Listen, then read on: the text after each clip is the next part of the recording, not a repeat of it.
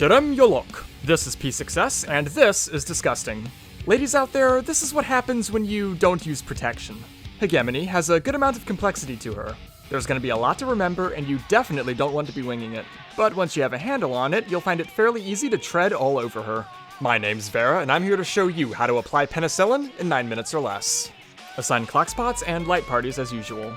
The placement of these markers is a little precise, so don't skimp on them. They'll be useful soon. You may also want to assign everyone a corner to avoid confusion later on.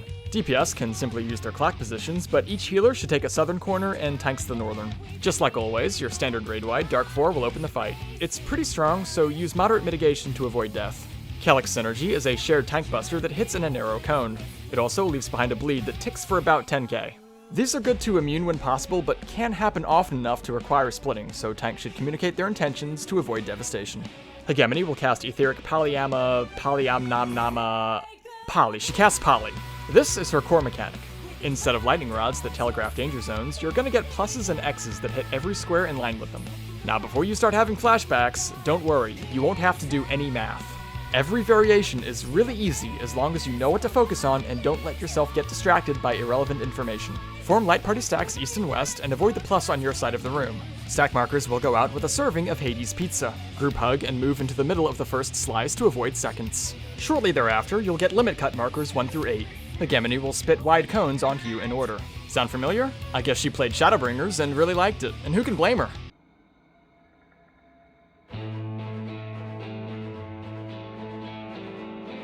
Most groups handle this exactly like Diamond Weapon's Flood Ray. 1 through 4 will go to their respective markers, 5 through 8 will hang out east and west and swap in as the cones go out. Some groups will stack next to the boss and have odds bait north, even south. This is much more efficient, but also gives people less time to move, so you'll probably only see this in Barsing groups. Next up, Exchange of Agonies. Everyone will get a donut, a huge AoE, or a stack marker. Donuts and stacks go under the boss, and the AoEs need to go to their corner assignments. 4 players will also get tethers, which will swap their debuff with another's. Tethered players will always just do the opposite of what they have over their heads. Stack will thankfully never ever be tethered to donut. The explosions are ginormous. Their radii are like 2 full squares long, so take them out as far as you can. Melee will lose uptime, but it's just gotta be done. You'll end up with DPS in, support out, or vice versa. While you're positioning, watch the boss. You're gonna get your first cast of Chorus Ixao. There's no marker on Savage, so you'll have to watch her hands. She'll do a bowtie blast out to the corners, then quickly rotate and blast the other half of the room. If I struggled on one thing in this fight, it was remembering the follow-up chorus hit. Rotate around the boss, or step over the room's diagonal on your way back to the group.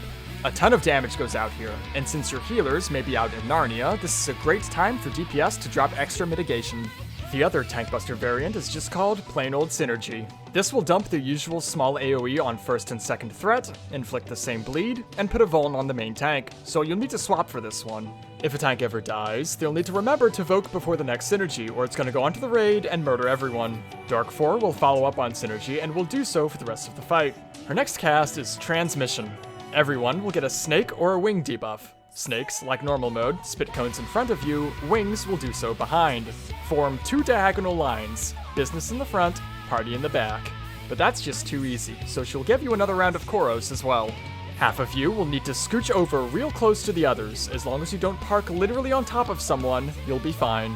You'll lose control for a second while your cones fire, so make sure you're holding your movement key down to move ASAP and comfortably dodge the second Koros. Poly 2 is also very easy. All you care about is the diagonal tether. Position like this so it's going over your shoulder and stack under the boss. Wait for Dark Dome to finish casting, which is a set of baited AoEs, then fall back to the far corner. And you're done. Another exchange, but it's a little different. This time there are no donuts, but 2 tethered pairs of stack and AoE. DPS and support will get one of each, so the easiest way to handle this is to stack based on roll. Tanks and healers northwest, DPS southeast. Group hug for the stack, and run the booms out to the corners. Remember to do the opposite of what's over your head. She'll throw in another large Hades pizza for good measure. I wonder what his rewards program is. Remember us. Up next is a tankbuster into Dark 4 combination, but it will randomly be Chelic Synergy or Vanilla Synergy. Remember, Chelic is the shared cone, Vanilla is the swap. Don't nuke the raid with Vanilla Synergy. Make sure to take that shit out where it belongs. Poly number 3 might be the easiest one of them all. Group east and west in your light parties. 2 inner squares will be safe. Turn your brain off and stack on your healer. If you're a healer, turn your brain off and stand opposite the other healer. If you are the other healer, the safe squares are whichever one is adjacent to a plus and the one across from it. Dark Ashes is also quite simple. Everyone gets an AoE and you're gonna position in a big X. Tanks and melee get the inner squares for uptime, healers take the southern corners, and range the northern. Wiggle over your squares diagonal to dodge both hits of Cachexia. Cachexia sounds like a very nasty disease and is the most complex thing you'll need to handle. You're gonna get 2 debuffs, a purple bomb and a snake or a wing. You explode when purple hits 0 and get a brief vuln. The other debuff will make you weak to that side of the boss, so if you see a snake, go wing side. Cross over onto the correct side right away. Next, you're gonna line up in timer order around her hitbox. From north to south, 20, 8, 12, 16. This is because after the first 2 explosions go off, Hegemone will cast Dual Predation. Her snake and wing will each hit the closest player, swap their debuff, and repeat 3 times. Because of the vuln on the explosions, we can't just go in order. We need to buy a little bit of time, which is why the 22nd pair must take the first hit. The 22nd pair will tag out with 8, making sure not to clip them with their final timer, then 12, then 16, then you're nearly done. Terra Ixal will then hit both sides of the room with Snake and Wing, and since your debuffs were swapped, you'll only need to break on through to the other side. Another random synergy into Raidwide will give you a little bit of a breather after all that. Poly 4 is very similar to Dark Ashes. Everyone will get the same AoEs, but you'll have to position around a pair of X's instead of a cast of Koros. Half of you can just use the same squares. The other half just rotates clockwise in their little quadrant of the room. Hegemone will finish another cast of Dark Dome when the X's fire, so just move into an empty square afterward and you'll be all good. Exchange number 3. This one is a carbon copy of the first. You know the drill. AoEs to Narnia, donuts and stacks in, do the opposite of tethered, and don't forget to dodge Koros twice. Poly 5 will feature an X in one of 2 positions, tethered to a plus in the corner. Stand on the X or in the middle of the tether.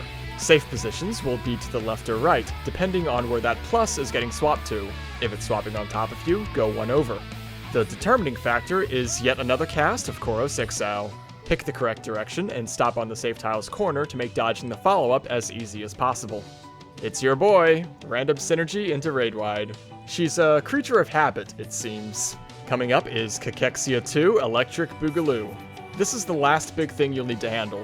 First, move to the correct side of the room as soon as you see your debuff and stay there for the entire mechanic. Next, instead of a bomb, you'll get transmission. You won't have to think about wings at all, since you'll be facing the boss and they'll take care of themselves, but snakes will need to remember to turn around later. Now you'll get a poly with 1 swap. This will always result in 1 plus and 1 X in the middle. The corners around the middle plus are your safe spots. Hang out in the northern corners. Finally, each side will get a stack marker and a big AoE. The AoE will simply run 2 squares south into the other safe zone. Everything will go off at once, and even if it's all done correctly, it's still a ton of damage. Most groups are simply using Tank LB3 to cheese this, since everyone is spread out, mitigation is difficult, and there's always that one guy who forgets to turn around with Snake and kills the other side of the room. Don't be that guy. Being only the second circle of the tier, the Enrage isn't super tight here, so you don't really need to use LB for damage. As such, you may as well use it to ensure survival here. Besides, as we all know, Limit Break is a DPS loss. Poly 6 is another Dark Dome poly with a different pattern. The outside is always unsafe, and an X in the corner will make 1 diagonal unsafe. A final non-corner shape will eliminate one of the 2 remaining squares, leaving exactly 1.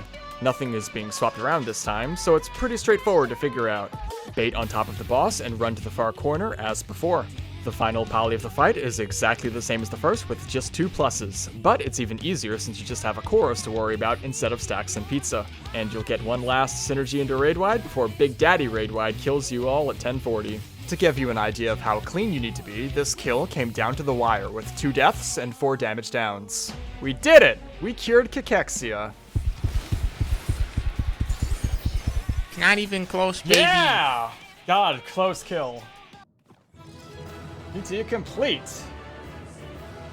6 cleared. Way more fun than the fucking Hippocampus, man. This tier is so much better. So much better, and it's not even close. This is a pretty well-designed fight.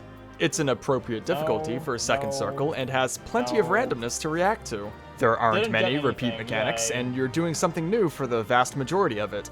It'll be way more fun to farm than Hippocampos. I hope this was helpful, thanks for watching, like, comment, subscribe, and I'll see you for the tree. May you be blessed.